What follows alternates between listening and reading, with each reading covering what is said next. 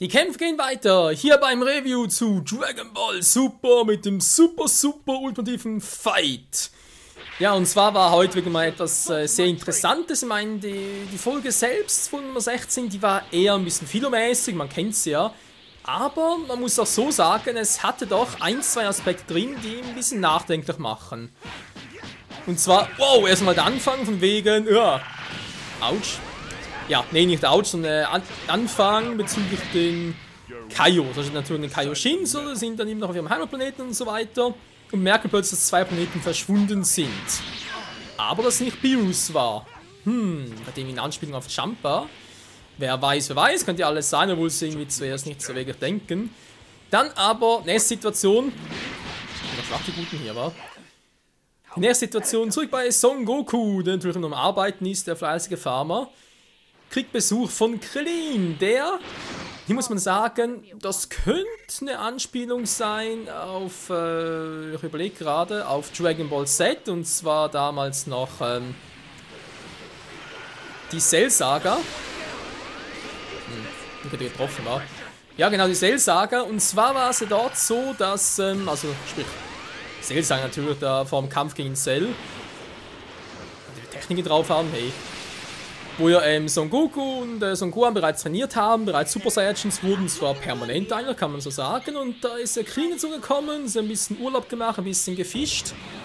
Da dachte sich Krillin ja so, Son Goku sieht irgendwie entspannt aus, aber ich kenne meinen alten Kumpel, der ist immer auf der Lauer, den kann nichts überraschen, hat natürlich einen Stein an den Ring geschmissen.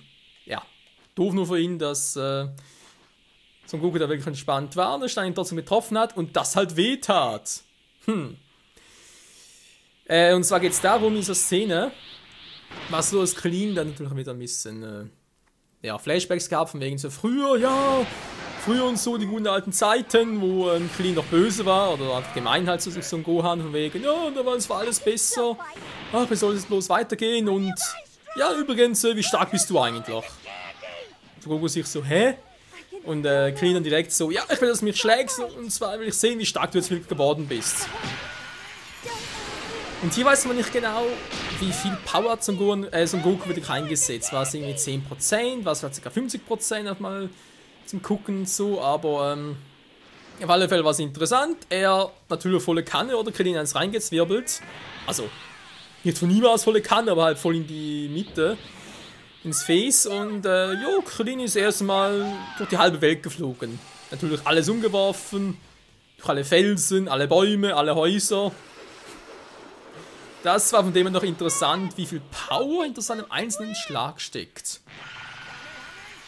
Das erinnert mich aber auch ein bisschen an Dragon Ball GT, unsere letzte Folge, halt Folge 64, weil dort war es ja auch so, dass halt, ja, Son Goku und Krillin, die haben auch miteinander gefightet. Und ich meine, Son Goku, kleiner Junge wieder, oder, wegen Dragon Balls. Und Krillin dort, der alte Sack, dann gefightet und so weiter.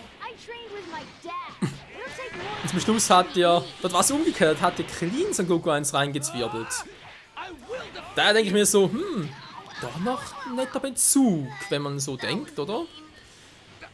Natürlich das Interessante kam erst noch im Wegen, dass halt Krillin verarztet wurde von C18, aber er vor Son Goku noch gesagt hat, ja Mann, du bist der Stärkste in allen, aber musst natürlich auch weiter trainieren. Sprich, er hat Son Goku angespornt, was ja Chi-Chi nicht will. Sie will ja, dass Son Goku zu Hause bleibt, arbeitet und so, fleißig Ehemann wird.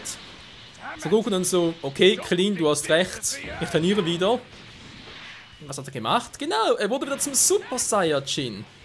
Natürlich sah es so von der Explosion her und so aus, wäre natürlich wieder irgendwie fast schon so eine Art Super Saiyan God, Super Saiyan. Ah ne, mittlerweile ist er Super Saiyan Blue, Entschuldigung. Und da war auch mal interessant, dass er jetzt immer noch ein Super Saiyajin werden kann. Daher frage ich mich ein bisschen nachher mit, ja, mit dem Kampf gegen Freezer halt, wie der Golden Freezer. Ob es da echt so ist, dass man diesen Super Saiyajin, ja, Super Saiyan Blue, wie es halt auch heißt, oder Super Saiyan God, Super Saiyan, einen Status speziell beiführen muss, ob Son Goku und Vegeta immer noch Super Saiyajins werden können, das aber einfach nicht mehr wollen, weil sie wissen, Super Saiyajin, okay, ist auf normale Verwandlung, aber der andere Super Saiyan Blue, der ist nochmal einiges stärker. Und ob es gar nicht mehr geht, könnte ja auch sein. Wie gesagt, von dem noch interessant.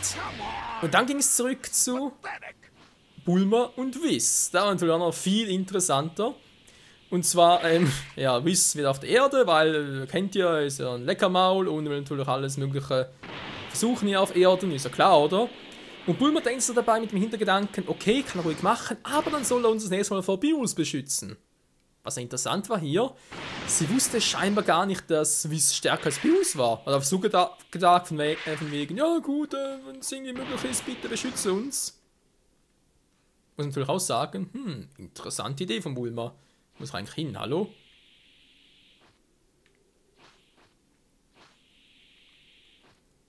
Wir sind scheinbar alle da. Ne, da kommen wir gerade her. Wo ist jetzt das nächste? Wo ist dieser verdammte Kaioshin-Zweig?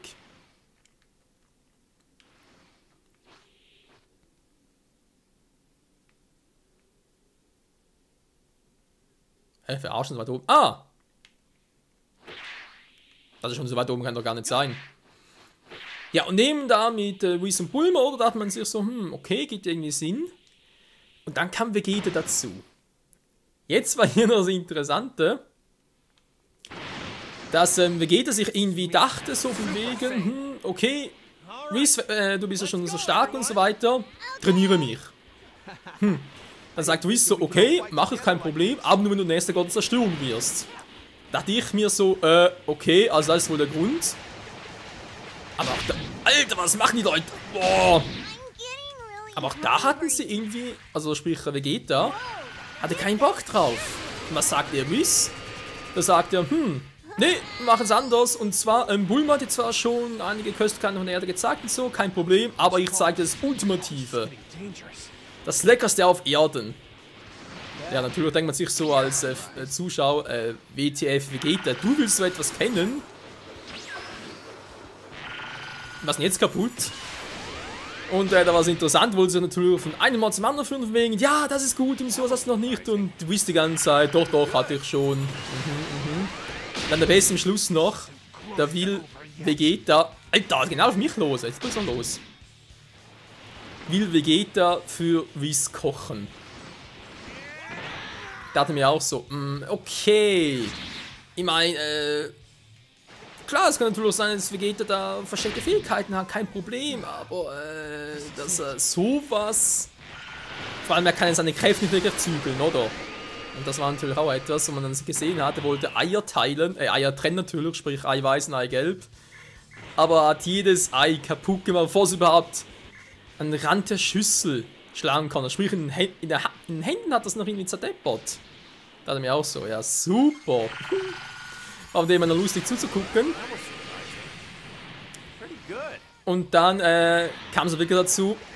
Und zwar wollte dann Whis noch das Leckerste auf Erden zeigen. Etwas, was Bulma ihm noch gar nicht gezeigt hat.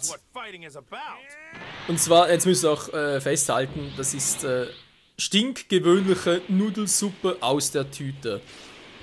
Oder das Becher, wie auch immer. Nudelsuppe. Soll das Leckerste auf Erden sein. Und was macht Whis natürlich? Stimmt, das ist das Leckerste auf Erden. Oh, wie kann das bloß sein? Tja, jetzt ist das Interessante, dass Vegeta mit Whis mitgeht. Also sprich, Vegeta und Whis sind nachher auf dem Planeten von Beerus.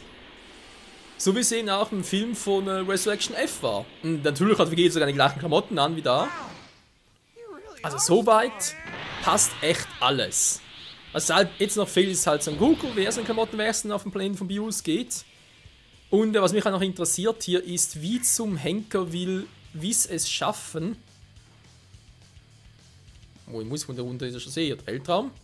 Ah, Weltraum, okay. Kann er bitte mal. Ah, jetzt. Wie zum Henker will Whis es schaffen, dass Vegeta diesen Zustand vom Saiyan Beyond Gott erreicht. Also dazu muss es erstmal Super Saiyajin Gott werden. Aber das will ja Vegeta nicht, haben wir ja schon mal gehört. Das war in der vorletzten Folge noch, dass so Goku gesagt hat, nee, ich übertreffe dich, aber ich werde nicht zum Super Saiyajin Gott. Also irgendwie muss es anders schaffen. Hängt dann damit zusammen, weil Whis irgendwie Vegeta gesagt hat, er könnte noch so lange trainieren, wie er möchte, indem er einfach nur seine Energie erhöht, wird er Son Goku niemals schlagen. Natürlich auch eine interessante Aussage. So wie er trainiert, heißt also, Whis könnte es ihm beibringen, aber wie? Das heißt, Whis könnte Vegeta irgendwie beibringen, ein Super Saiyan God zu werden oder ein Saiyan God von mir aus, ohne dass 6 Saiyajins notwendig sind. Ja, ich hoffe, es wird nicht so sein und dass Whis noch irgendwie einen Trumpf im Ärmel hat, weil wenn das echt so ist, dass einfach ein Saiyajin trainieren kann, jo, ich trainiere dich ein bisschen, geh vielleicht ein paar Tage oder ein paar Wochen, voilà, bis Super Saiyan God ohne 6 Saiyajins. Dann muss man langsam aber schon fragen, was zum Henker ist los da. Also kann wohl nicht sein, dass er einfach wieder plötzlich zum Super Saiyan God werden kann. Klar, ursprünglich war es noch die Idee von wegen, ja, 6 Saiyajins kann jeder zum Super Saiyan God werden. Jetzt zumindest mal, wenn man Son Gohan, Trunks betrachtet. Wenn es sogar so ist und die gar nicht braucht, sondern einfach nur irgendwie in irgendeiner Kraft wecken kann. Und wie es kann das, irgendwie ein anderer Gott, der kann das, kein Problem. Dann frage ich mich halt, wieso hat es nicht der alte Kaioshin, der ist ja auch ein Gott, oder? Ein Supreme Kai zwar, aber ist auch eine von diesem Gott des Erschaffens, also Gott des Lebens halt. Der hat bei Son Gohan damals seine tiefsten Kräfte erweckt. Müsste er es doch eigentlich bei Son Gohan ja auch einen Super Saiyan Gott erwecken können. Theoretisch. Nun ja, das sind mal so Fragen. Und dann interessant ist noch der Ausblick zur nächsten Episode, sprich zur Folge 17. Da ist bereits ein Zeitsprung vergangen, sprich Pan ist bereits geboren. Son Gohan hat bereits eine neue Frisur, aber Son Goku ist immer noch auf der Erde. Ich denke eben in der Zwischenzeit könnte es durchaus sein, dass der gute Vegeta bereits einen Super Saiyan God erreicht. Ohne die Hilfe der anderen Saiyajins, eben nur mit Whis. Also von dem her gesehen, war echt eine interessante Episode. Einerseits ein bisschen viel, ein bisschen was zu lachen, andererseits ein bisschen ernst gemeinte Informationen. Von dem her, doch, ich bin gespannt, wie es weitergeht nächste Woche mit Folge 17 von Dragon Ball Super. Eben die Frage bleibt noch, wie geht es zum Saiyan God? Wie geht es nachher mit Freezer weiter? Wann wird er weg und so weiter und so fort? Und wann kommt der große Auftritt von Champa im Anime? Weil im Manga haben sie ja dann schlecht. Im Dragon Ball Super Manga haben sie die Resurrection F-Saga einfach übersprungen. Ja, ohne Witz, einfach gesagt, nö, machen wir nicht, Mann, wir gehen direkt weiter. Gut, ich meine, es gab bereits einen Manga zu Resurrection F, der umfasst nicht den ganzen Film, das war irgendwie bis, glaube ich, zum Erscheinen von Freezer. Ne, Moment mal, ich glaube, der Kampf zwischen Son Gohan und Freezer war noch ganz kurz zu sehen. Aber der halt zwischen Son Goku und Freezer und der zwischen Vegeta und Freezer war im Manga nicht abgebildet. In diesem Resurrection F Spezialmanga. Und jetzt, Dragon Ball Super Manga überspringt man auf mal Resurrection F Saga, geht direkt weiter zur Champa Saga. Ja, das ist eben alles, was nach dem Film abspielt. Nach dem Film Resurrection F, wo es eben darum geht, ja, Super Saiyan dort Super Saiyan, Name ist lang. Ja, Super Saiyan Blue geht auch, wo sich dann Champa und Pius treffen. Wo Son Goku und Son Goku und Vegeta halt vom Universum 6 erfahren. Etc. etc. Na klar, ist auch spannend, aber wieso Resurrection F Saga überspringen? Braucht der Manga so einen großen Vorsprung vom Anime oder was steckt dahinter? Kann man uns vorstellen, dass man so irgendwie machen muss, von wegen, der Manga kommt sonst nah ran. Oder dass sich Akira Toriyama gesagt hat, mehr viel einbauen will ich nicht. Resurrection F noch abbilden, Manga, geht auch nicht, jetzt sonst überholt langsam ein Anime den Manga, also muss halt so machen, ein Manga irgendwie, vielleicht bringen sie ihn später noch, war der Resurrection F Manga später. Wobei, ne, kann ich mir nicht vorstellen, ich glaube echt die Saga einfach übersprungen. Mit Begründung, ja, Resurrection F gibt es bereits ein Kurzmanga, ist ja nicht alles abgebildet, aber hey, was soll's. Na, aber schauen wir mal, wie es denn so weitergeht. So, jetzt weiter langsam hier auf das Ganze.